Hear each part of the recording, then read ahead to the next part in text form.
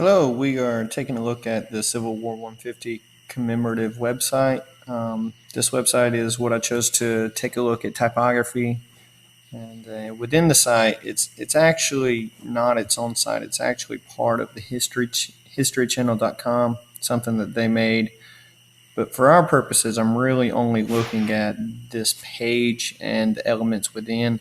And so what I want to focus on is how they're specifically using lots and lots of Civil War data and presenting it in an attractive way using effective typography.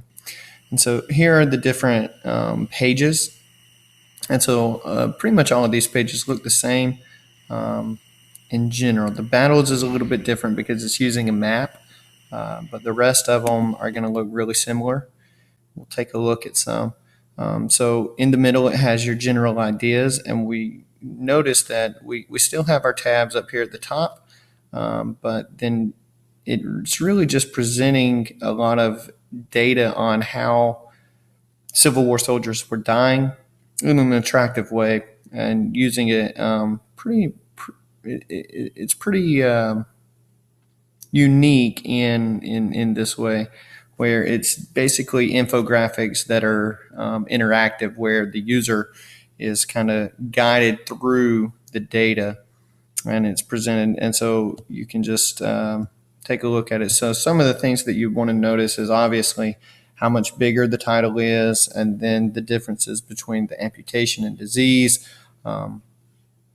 These things are important, I believe.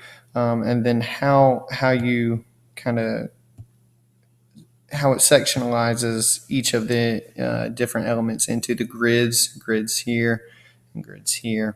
And then down below you have smaller grids for additional information. Okay, so to go to a different site, you see some continuity in the pages where they're set up pretty similarly in these grids here. And with the deadliest battles, they appear a little bit different, where you have the map over here, and each one of these can go into additional information for each of the battles here. But overall, the pages have a very similar feel to them. So the weapons of the war, each one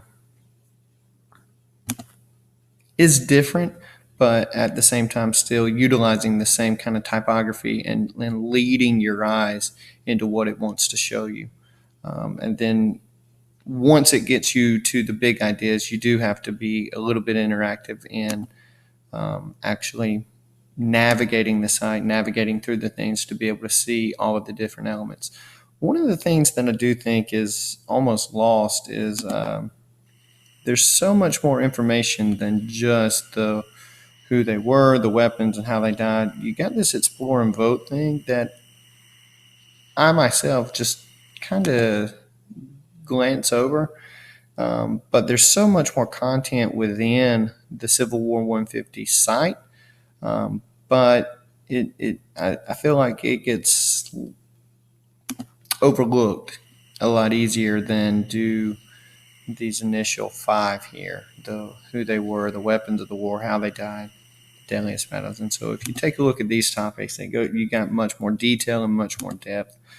But the site overall does a really, really great job of blending all of your elements of design really, really well to present what would otherwise be dense information in a really attractive and engaging way. So that's a quick glance, quick look at the typography of the Civil War 150 website. Thank you.